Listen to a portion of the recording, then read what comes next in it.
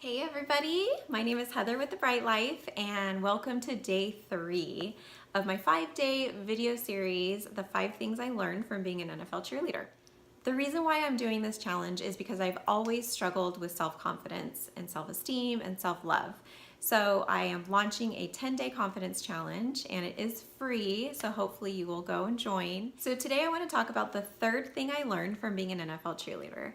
And that is that I've learned to stop lying to myself. So I'm sure you guys have heard of self-limiting beliefs, and this was huge for me when I learned about this. Self-limiting beliefs are the things that you tell yourself sometimes on a daily basis that aren't true. So they're beliefs that maybe you've carried in your life, maybe something that's happened to you, something negative, and you kind of keep that in the back of your mind and then you start believing it as if it were true.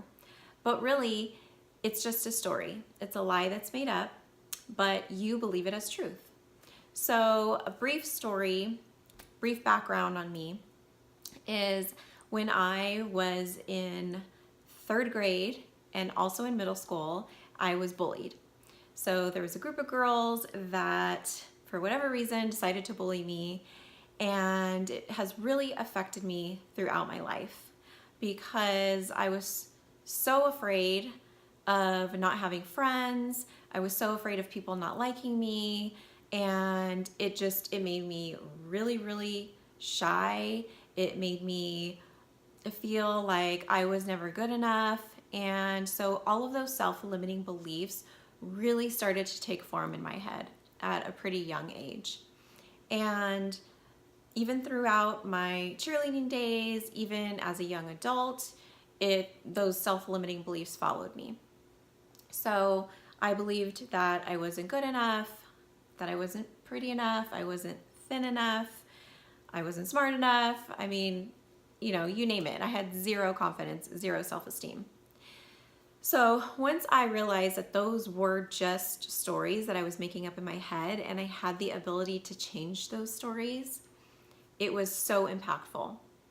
So what I did was I wrote a new story about myself and I changed it completely, and I put together a personal affirmation that I say on a daily basis that helps me affirm who I am now as a person.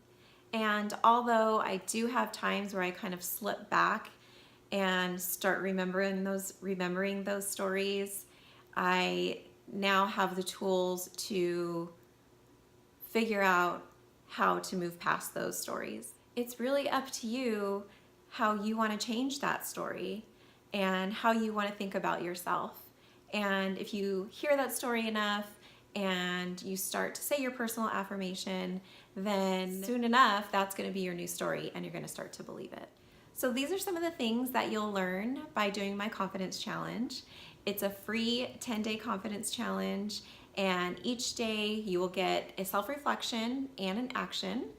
And the best part about this is we have a private Facebook group, and it's filled with women like you and I, and they are there for encouragement and support. And I'm so excited. I do have over 50 people that have joined the challenge, so it's going to be so great. So if you are interested in signing up, go to my website at livebrightlife.com and click on Take the Challenge, and it's free. There's no obligation. You don't have to buy anything. It's really just about spreading the word about helping women, because I know there are so many people out there that struggle with this thing. And so for me, I just want to kind of like break my silence, hoping that that will encourage or inspire somebody to do the same. So if you have any questions about the challenge or about anything related to what the Bright Life offers, please reach out to me. But go ahead and sign up today. There's only a few days left. The challenge starts on April 1st. So it's livebrightlife.com.